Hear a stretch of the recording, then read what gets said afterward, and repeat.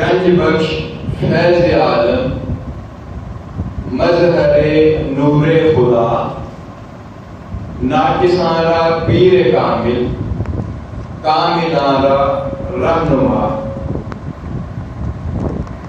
اور حضرت اقبال آپ کے متعلق یوں بیان کرتے ہیں کہ سید حجویر مخدوم امم مرکز او پیر سنجر را حرم خاک پنجاب از دم او زندہ گشت صبح ما از مہر او تابندہ گشت۔ اور صوفی محمد افضل فقیر آپ فرماتے ہیں کہ اے آبروئے ملت بیدا کے پاس باں، اے آبروئے ملت بیدا کے پاس باں، لاہور تیرے دم سے عروس البلاد ہے اور دیتا ہے زیب تجھ کو لقب گنج بخش کا، دیتا ہے زیب تجھ کو لقب گنج بخش کا، باب کرم کی ہاتھ سے تیرے کشاد ہے اور آباد تیرے فیض سے ہے سرزمین پاک، آباد تیرے فیض سے ہے سرزمین پاک، ہر فرد تیری چشم عنایت سے شاد ہے اور رک جائے جس سے یورش آرام روزگار، وہ تیرا نام پاک ہے وہ تیری یاد ہے، وہ تیرا نام پاک ہے وہ تیری یاد ہے۔ حاضرین گرامی قدر، جس عظیم المرتبت شخصیت کے بارے میں آج ہم پڑھنے اور سمجھنے جا رہے ہیں، وہ شخصیت اللہ رب العزت کے اس فرمان کے عین صادق آتی ہے کہ بے شک جو ایمان لائے اور اچھے کام کیے ان قریب ان کے لیے اللہ تعالی محبت کرے گا۔ اللہ رب العزت کی مصداق شخصیت حضور داتا گنج بخش علی بن عثمان الحجویری۔ میں یہ چاہوں گا کہ میرے جتنے یہاں دوست موجود ہیں ایک دفعہ ان کا نام نامی اپنی زبان سے بھی لے لیں، وہ اپنے دیگر القابات گنج بخش، داتا گنج بخش، سید حجویر، ان سے تو مشہور ہیں ہی، لیکن ان کا نام نامی اسم گرامی میری یہ خواہش ہے کہ ایک دفعہ ہم سب لے لیں۔ یہ لاہور جو داتا کی نگری لاہور ہے، اس میں بسنے والے ان کے یہ مکین، بولیے میرے ساتھ کیا نام ہے؟ علی بن عثمان، بلند آواز سے ذرا بول دیجیے، علی بن عثمان الحجویری، علی بن عثمان الحجویری۔ آپ کا اسم گرامی ہمیں یاد ہو گیا، ابھی آج تک ہم نے داتا گنج بخش اور دیگر القابات سے بھی ان کو یاد کیا ہے۔ وہ یقیناً آپ کے القابات ہیں، آپ کے نام ہے، لیکن جو اصل نام ہے وہ آپ کا علی ہے. بولیے کیا نام ہے؟ علی ہے. علی بن عثمان الحجویری. میں نے یہ عرض کیا کہ اللہ رب العزت کے محبوب اور مقرب بندوں میں سے آپ کی بھی شخصیت ہے. اللہ رب العزت کا یہ فرمان ہے کہ جب اللہ اپنے کسی بندے سے محبت کرتا ہے تو پھر جبریل کو بلاتا ہے. آقا علیہ السلام کا فرمان ہے کہ اللہ جس سے محبت کرتا ہے جبریل کو بلاتا ہے اور حکم دیتا ہے کہ اے جبریل میں اپنے فلاں بندے سے محبت کرتا ہوں، فلاں بندے سے محبت کرتا ہوں، سو تو بھی اس سے محبت کر. اور پھر اہل سما کی طرف متوجہ ہوتا ہے، آسمان والوں کی طرف متوجہ ہوتا ہے اور پھر فرماتے ہیں کہ آسمان والوں کو بھی ندا دو، ان کو بھی بتا دو کہ اللہ پاک اپنے فلاں بندے سے محبت کرتا ہے، سو اہل آسمان بھی اس بندے سے محبت کریں. اہل آسمان کو بھی حکم دیتا ہے کہ وہ اس بندے سے محبت کریں. پھر کیا ہوتا ہے سامعین گرامی قدر؟ پھر اس بندے کا چرچا پورے عالم میں پھیل جاتا ہے. آج جب ہم دیکھتے ہیں سید حجویر کے متعلق، حضور داتا گنج بخش کے متعلق آج 1000 سال کے قریب گزرنے کو ہے، 980واں عرس مبارک 1000 سال گزرنے کو ہے. ہم دیکھتے ہیں کہ ہر بندہ ان کا تذکرہ کر رہا ہوتا ہے. وہ اللہ رب العزت کے جتنا بھی قریب ہو، وہ جتنا بھی عظیم المرتبت ہو، ایک ادنا سے ادنا شخص سے لے کے ایک اعلیٰ سے اعلیٰ شخص تک جو اللہ رب العزت کے انعامات، معرفت الہی، اللہ رب العزت کے ساتھ لو لگنے تک، اور پھر جو اللہ رب العزت کی معرفت حاصل کر دیتا ہے، جو اللہ پاک کو پہچان لیتا ہے، اس بندے تک ہر کوئی سید حجویر کا تذکرہ کرتا ہے. ہر کوئی ان کے متعلق اور ان کو پڑھتا ہے، ان سے سیکھتا ہے. وہ دنیا میں کسی بھی فیلڈ کا بندہ ہو، وہ کسی بھی سطح کا بندہ ہو، اس کی کوشش ہوتی ہے کہ وہ سید حجویر سے اکتساب فیض کرے، ان سے فیض حاصل کرے. سامعین گرامی قدر، حضور داتا گنج بخش آپ 5ویں صدی ہجری کے آغاز میں اس کائنات میں جلوہ افروز ہوتے ہیں. ایگزیکٹلی تو ان کی جو ولادت کا سن ہے اس میں اختلاف ہے.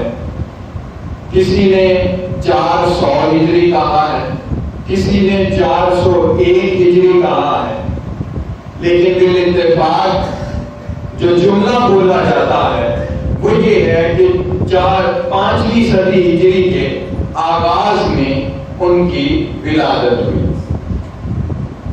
افغانستان کے ایک شہر غزنی کے محلے حجویر میں. بولیے جان کہاں پیدا ہوئے؟ حجویر میں. اسی حجویر کی نسبت سے ہی ان کو حجویری کہتے ہیں. چونکہ آپ اس گاؤں میں پیدا ہوئے، غزنی کے ایک گاؤں میں، محلے میں، اور اس وجہ سے ان کو حجویری کہتے ہیں. آپ کا اسم گرامی ہم نے یاد کر لیا، علی بن عثمان الحجویری الجلابی بھی کہتے ہیں. وہ دو محلوں کی نسبت سے کہ آپ کے جو والد محترم تھے وہ جلاب میں رہتے تھے، وہ بھی غزنی ہی کا ایک محلہ ہے، اس وجہ سے ان کو جلابی بھی کہتے ہیں اور حجویری بھی کہتے ہیں. بعد ازاں حجویر شفٹ ہو گئے. اور آپ کا جو شجرہ نسب ہے، آپ کے شجرہ نسب کے حوالے سے آپ حسنی اور حسینی ہیں، سید ہیں، حسنی اور حسینی سید ہیں۔ حضرت پیر غلام دستگیر نامی رحمت اللہ علیہ نے آپ حضور سید حجویر کا شجرہ نسب اس طرح بیان کیا ہے کہ حضرت سید علی بن سید عثمان بن سید عبد الرحمن بن سید عبداللہ بن سید ابو الحسن علی بن سید حسن بن زید بن حضرت امام حسن بن علی کرم اللہ وجہ الکریم۔ تو مولا کائنات سے آپ کا یہ شجرہ نسب اس طرح سے ہے۔ پھر آپ کے خاندان کے متعلق کہ خاندان عالیہ آپ کا، آپ رحمت اللہ علیہ کا خاندان غزنی کے شہر کے 2 محلوں جن کا میں نے ابھی ذکر کیا، جلاب اور حجویر۔ اب یہ شاید ہمیں فیل ہو رہا ہوگا کہ کوئی خطابی شکل نہیں ہے آج۔ میں یہ چاہتا ہوں کہ چند معلومات فراہم کر دی جائیں کہ ہمیں پتہ چل جائے حضور سید حجویر کون ہے۔ ان کی کرامات بھی بیان ہو سکتی تھی اور آگے چل کے ہم ان کو بھی دیکھیں گے، اور دیگر اسی طرح سے اولیاء اللہ کی شان میں بڑا ایک شاندار خطاب بھی ہو سکتا تھا۔ لیکن بدقسمتی ہے کہ ہم جن شخصیات کا تذکرہ کرتے ہیں ان کے متعلق معلومات ہمارے پاس بہت کم ہوتی ہیں۔ سو میں نے یہ چاہا کہ آج جو ہے وہ چند معلومات ان کے متعلق میں آپ سے شیئر کروں۔ سو آپ ان چیزوں کو یاد کرتے جائیں ساتھ ساتھ۔ اب میں نے ایک چیز عرض کر دی کہ سید حجویر حضور داتا گنج بخش آپ کیا ہیں؟ حسنی اور حسینی سید ہیں، اور آپ کے خاندانی عالی کے متعلق کہ آپ غزنی کے 2 محلوں ان میں آباد تھا، ایک جلاب اور ایک حجویر۔ آپ کی والدہ کا تعلق حجویر سے تھا اور آپ کے والد محترم کا تعلق جلاب سے تھا۔ پھر آپ کے والد محترم جلاب سے جو ہے وہ حجویر جمع ہو گئے، حجویر چلے گئے۔ پھر حضور داتا گنج بخش رحمت اللہ علیہ آپ کے والد گرامی نے وہاں رہائش اختیار کی اور پھر وہیں پہ آپ کی بھی ولادت ہوئی، اور آپ کا حلیہ مبارک کچھ تھا۔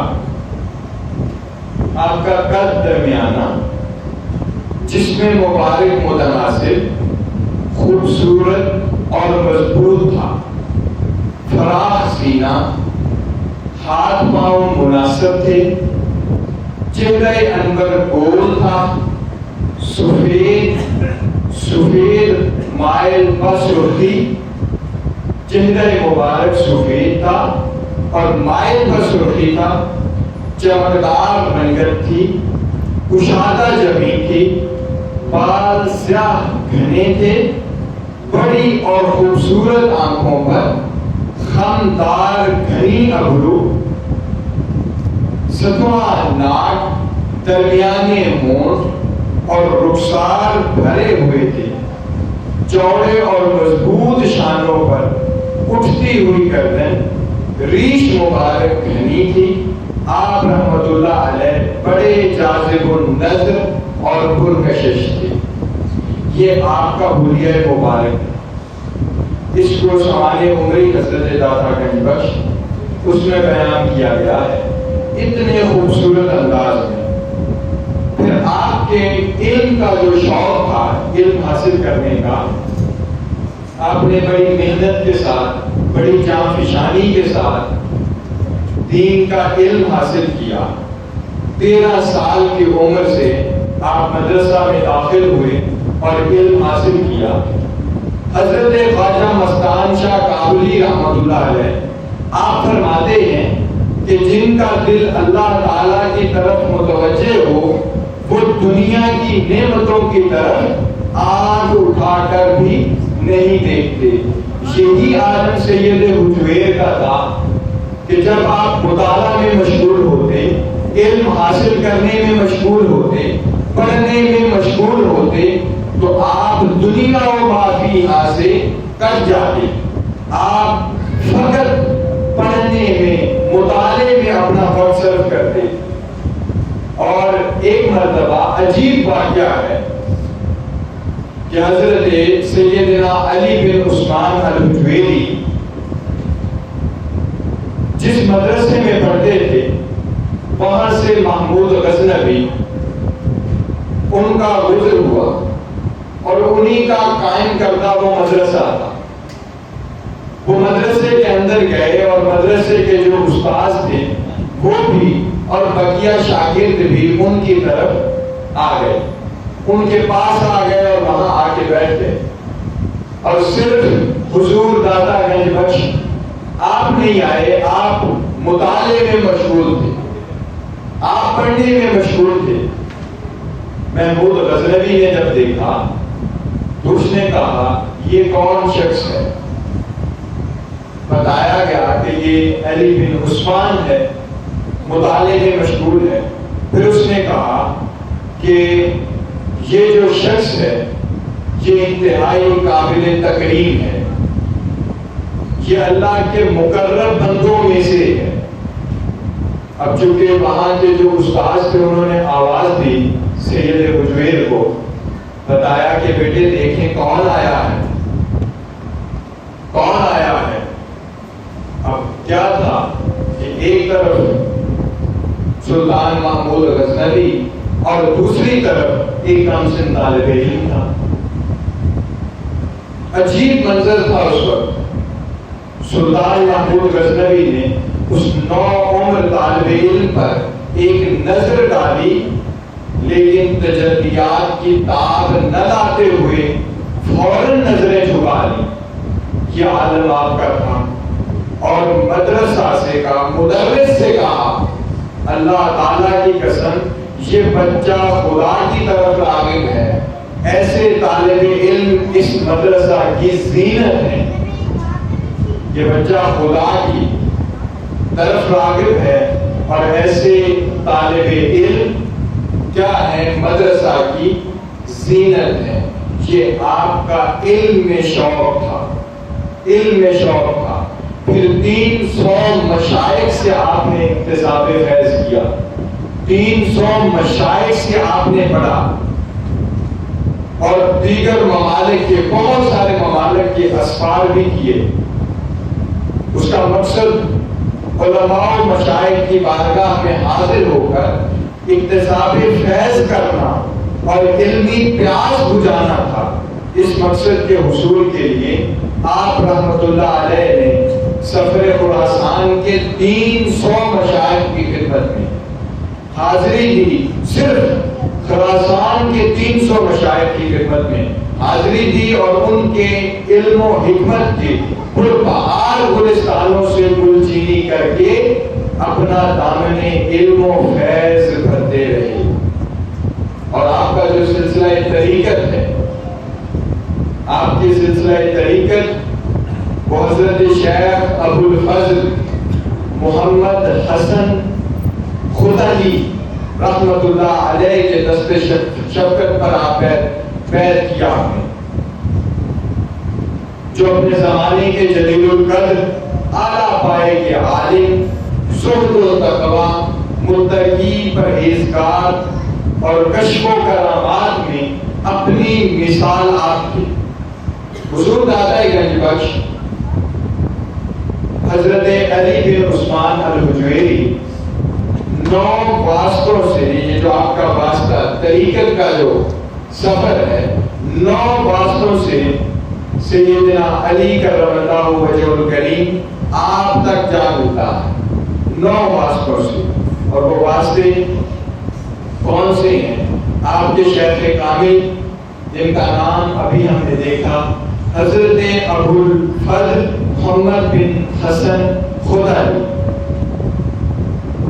اور ان کے شیخ حضرت ابو الحسن علی بن ابراہیم حسنی، اور ان کے شیخ کا نام حضرت ابو بکر شبلی.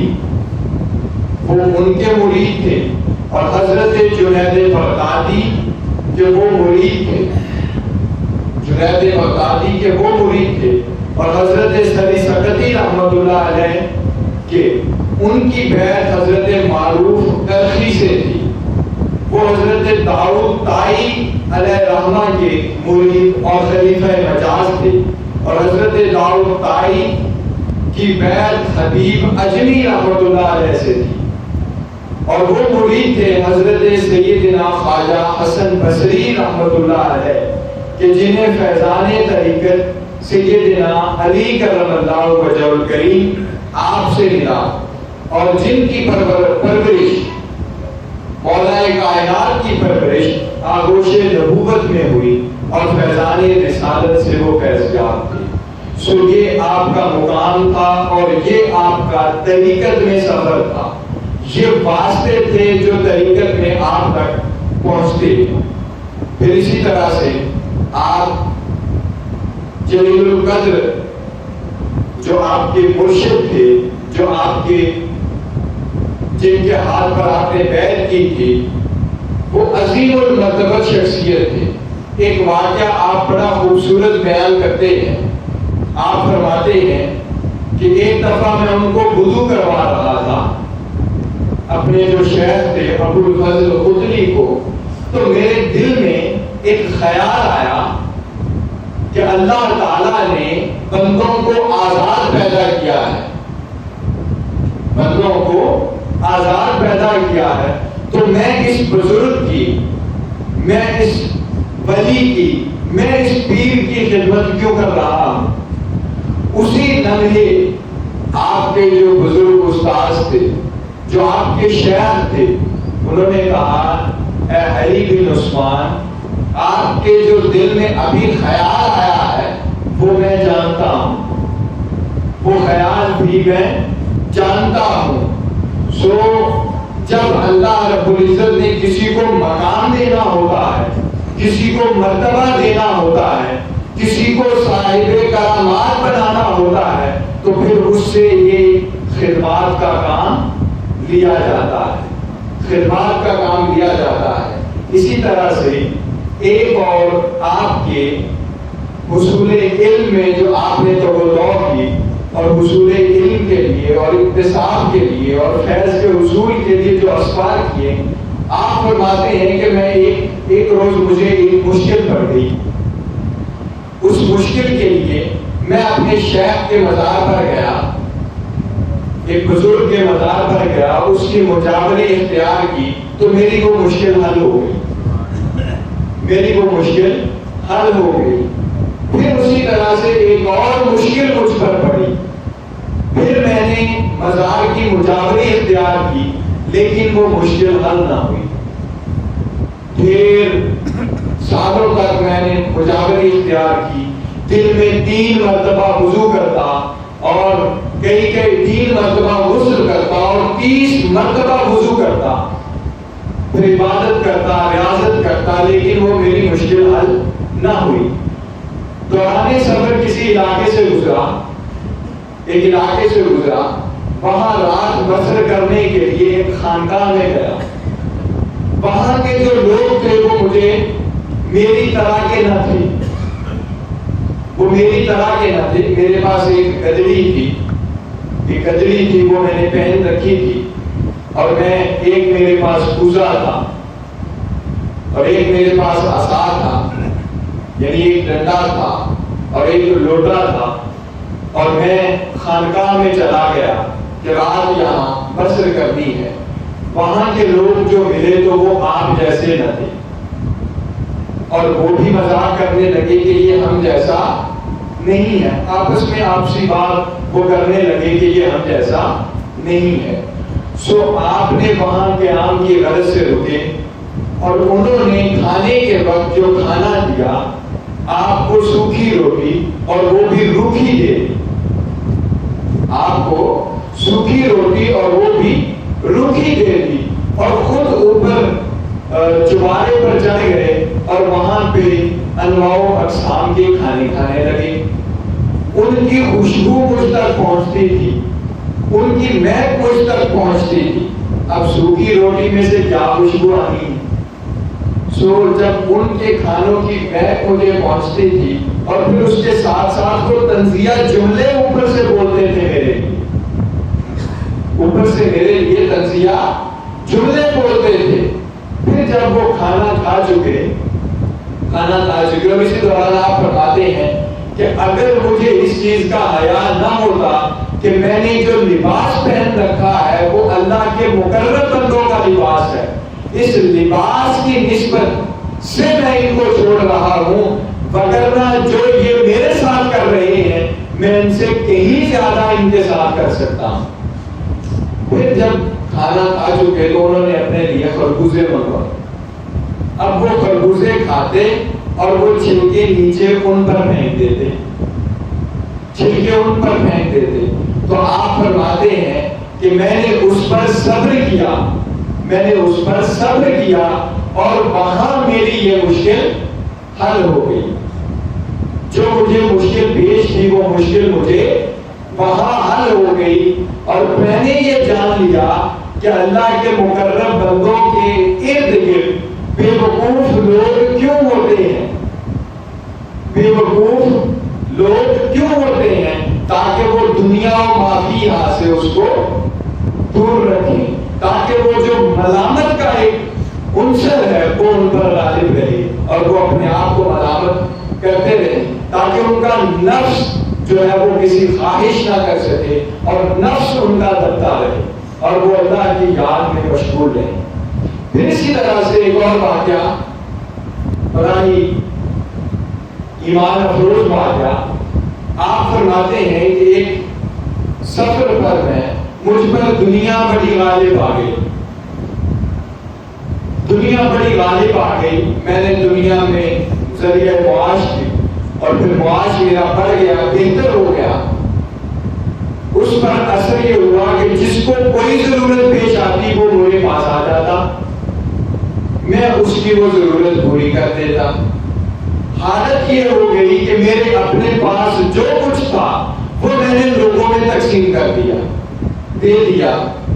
اب اس سے بھی مزید بڑھ گئی حالت کہ قرض میرے اوپر آ گیا، قرض آ گیا. ایک صوفی نے، ایک بزرگ نے، ایک ولی نے کہا کہ اے علی بن عثمان، تو اتنا ہی خرچ کیا کر یا اس پر ہی خرچ کیا کر یا اس کو ہی دیا کر جس کا دل تجھ سے بہتر ہو. تمام انسانوں کا کفیل نہ بن، تمام انسانوں کا کفیل نہ بن. وہ اللہ کی مخلوق ہے اور اللہ ان کو رزق دینے والا ہے، اللہ ان کو رزق دیتا ہے. سو تو اس کی مدد کیا کر جس کا دل تجھ سے بہتر ہو، بہتر ہو. اور حاضرین مکرم، یہ میں نے مختصر سے وقت میں تھوڑا سا تعارف آپ کا آپ کے سامنے رکھا ہے. ابھی 2-3 منٹ کے اندر میں آپ کو آپ کا جو علمی سفر ہے، جو آپ نے علمی کام کیے، ان میں عظیم المرتبت آپ کی کتاب کشف المحجوب، کیا نام ہے بولیے ذرا؟ کشف المحجوب، پردوں کو کھولنے والی، چھپی ہوئی چیزوں کو آشکار کرنے والی، کھولنے والی، کشف المحجوب. آپ کا عظیم شاہکار ہے وہ کتاب، عظیم شاہکار ہے. اس کتاب کے اندر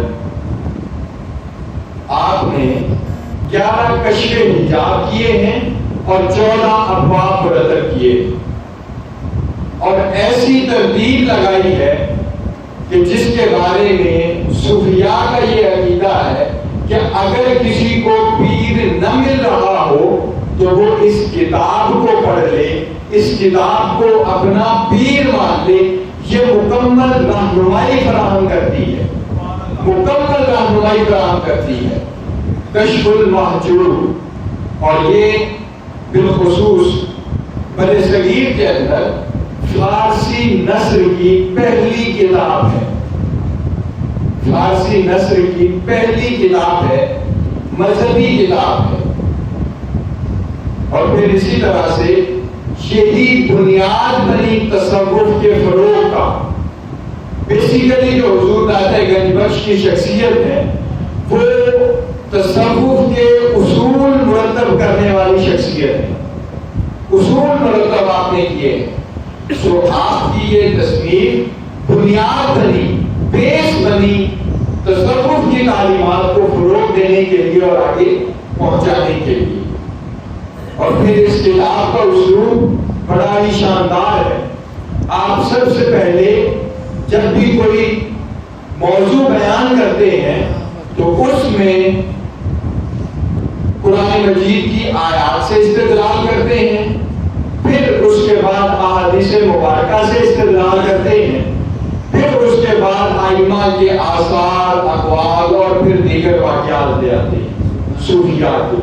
یہ آپ کا منہج اور اسلوب ہے، یہ آپ کا منہج اور اسلوب ہے کتاب کے اندر، اور انتہائی سادہ، سلیس اور عام فہم کتاب ہے۔ اب اس کے اردو تراجم ہو چکے ہیں، اور جو فارسی زبان ہے بالخصوص وہ انتہائی سلیس اور اس وقت کی جو معاشرتی ضرورت تھی اور جو سادہ الفاظ اس وقت پیش آتے تھے ان میں لکھی گئی۔ اور پھر آج اس کے مختلف تراجم اور مختلف اردو میں بے شمار تراجم بھی ہمارے پاس موجود ہیں۔ سو یہ آپ کی شخصیت کے حوالے سے چند چیزیں، اور آپ نے جو علم میں کام کیا، آپ کی دیگر بہت ساری کتب ہیں، ان میں سے ایک کتاب جو مشہور ہے اور جو کتاب دنیا میں پڑھی جاتی ہے، جس پر مقالے لکھے جاتے ہیں، جس کو لوگوں میں فروغ دیا جاتا ہے، وہ کشف المحجوب ہے۔ یہ آپ تھے۔ اب آپ کی تعلیمات بہت ہیں، کثیر تعلیمات ہیں۔ میں ان ساری کو چھوڑتے ہوئے اپنے اس وقت میں ایک چیز صرف عرض کروں گا جو ہمیں سبق لینا ہے، جس سے وہ یہ کہ آپ نے یہیں پر حضور داتا گنج بخش کے ہی عقب میں، حضور داتا گنج بخش کے مزار کے ہی قریب میں ایک اور بادشاہ کا مزار بھی آپ کو پتا ہوگا۔ بولیے ذرا کس کا مزار ہے؟ بادشاہ جہانگیر کے مزار سے واقف ہیں؟ آج وہ دنیا کا بادشاہ تھا، دنیا کے اندر بادشاہت تھی اس کی چہل پہل تھی، مال تھا، رزق تھا، دولت تھی، سب کچھ تھا اس کے پاس، سب کچھ تھا۔ دنیا اس کا نام دنیا میں جپتی تھی، لیکن اس کے مقابلے میں ایک فقیر تھا جس کا نام حضور داتا گنج بخش تھا۔ آپ درویش تھے، آپ فقیر تھے۔ آج دیکھ لیں کہ جو جہانگیر کا مقبرہ ہے اس پر لوگ باہر کرکٹ کھیل رہے ہوتے ہیں، وہاں اندر جا کے کوئی سلام کرنے والا نہیں ہے، اور یہاں حضور داتا گنج بخش آپ کے مزار انور پر 24/7 درود و سلام پڑھا جاتا ہے، حاضری دی جاتی ہے، لوگوں کا تانتا بنا رہتا ہے اور ایک میلہ لگا رہتا ہے۔ سو جو بندہ اللہ رب العزت کا ہو جاتا ہے، اللہ رب العزت پھر اس کا چرچا دنیا کے اندر کر دیتا ہے۔ یہ حدیث مبارکہ جو میں نے آغاز میں پڑھی تھی کہ جب اللہ رب العزت کسی بندے سے محبت کرتا ہے پھر جبریل کو بلاتا ہے، کہتا ہے میں فلاں سے محبت کرتا ہوں، تو بھی اس سے محبت کر، اور اہل آسمان کو بھی کہہ دے وہ بھی اس سے محبت کرے۔ اور جب وہ اس سے محبت کرتے ہیں پھر اس کا چرچا پوری دنیا میں پھیل جاتا ہے، پورے عالم میں پھیل جاتا ہے۔ یہی وجہ ہے کہ حضور داتا گنج بخش آپ کا چرچا پوری دنیا میں پھیلا ہوا ہے، اور وہ لوگ جو وقت کے بادشاہ تھے ان کا کوئی نام لینے والا آج نہیں ہے۔ سو اللہ رب العزت کے بندے بن جائیں، اللہ رب العزت کی اطاعت اختیار کر لیں، اللہ رب العزت کی بندگی اختیار کر لیں، اللہ رب العزت سے جڑ جائیں تو دنیا کی تمام تر محبتیں آپ کے قدموں میں نشاور ہو جائیں گی۔ وما علینا الا البلاغ المبین۔